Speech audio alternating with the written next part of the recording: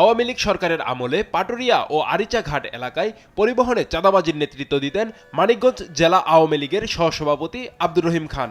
আর সদর বাস স্ট্যান্ডে সাবেক স্বাস্থ্যমন্ত্রী জাহিদ মালেকের প্রত্যক্ষ মদদে চাঁদাবাজি করত তার অনুসারীরা। এখন করছে বিএনপির নাম ভাঙিয়ে পরিবহন মালিক ও শ্রমিক সংগঠনের নেতারা।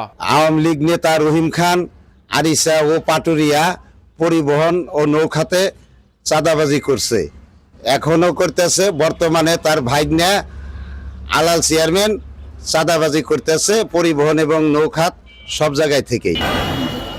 ঢাকা আরিচা মহাসড়ক সহ জেলার বিভিন্ন আঞ্চলিক সড়কে চলাচল করে হাজারেরও বেশি যানবাহন। এ সকল যানবাহন থেকে পাটুরিয়া ঘাটে টার্মিনাল চার্জ 50 টাকার বাইরে নেওয়া হচ্ছে 100 থেকে 150 টাকা ও মানিকগঞ্জ বাস টার্মিনালের ইজারা বাবদ 50 টাকা ছাড়াও বাড়তি নেওয়া হচ্ছে আরো 50 টাকা। টার্মিনাল চার্জ হলো 50 টাকা, এখানে নেয় 100 টাকা, মানিকগঞ্জের 50 টাকা নেয় 100 টাকা। এই প্রত্যেক দিন বেশি বেশি নিয়ে লাখ লাখ টাকা তারা নিয়ে যেতেছে। চাঁদাবাজি বন্ধে মামলা করার পর থেকে নিরাপত্তা শঙ্কায় ভুগছেন পরিবহন সংশ্লিষ্ট এই কর্মকর্তা। তাদের বিরুদ্ধে মামলা করি, তাদের 3 জন অ্যারেস্ট। এখন আমি জীবনের নিরাপত্তায় ভুগছি। জেলা বিএনপির নেতারা বলছেন, সংগঠনের কোনো নেতাকর্মী চাঁদাবাজির সঙ্গে জড়ালে তার বিরুদ্ধে নেওয়া হবে সাংগঠনিক ব্যবস্থা। বিএনপির কোনো নেতাকর্মী এখন ওই জাতীয় ভূমিকায় যাওয়ার প্রশ্নই আসে না।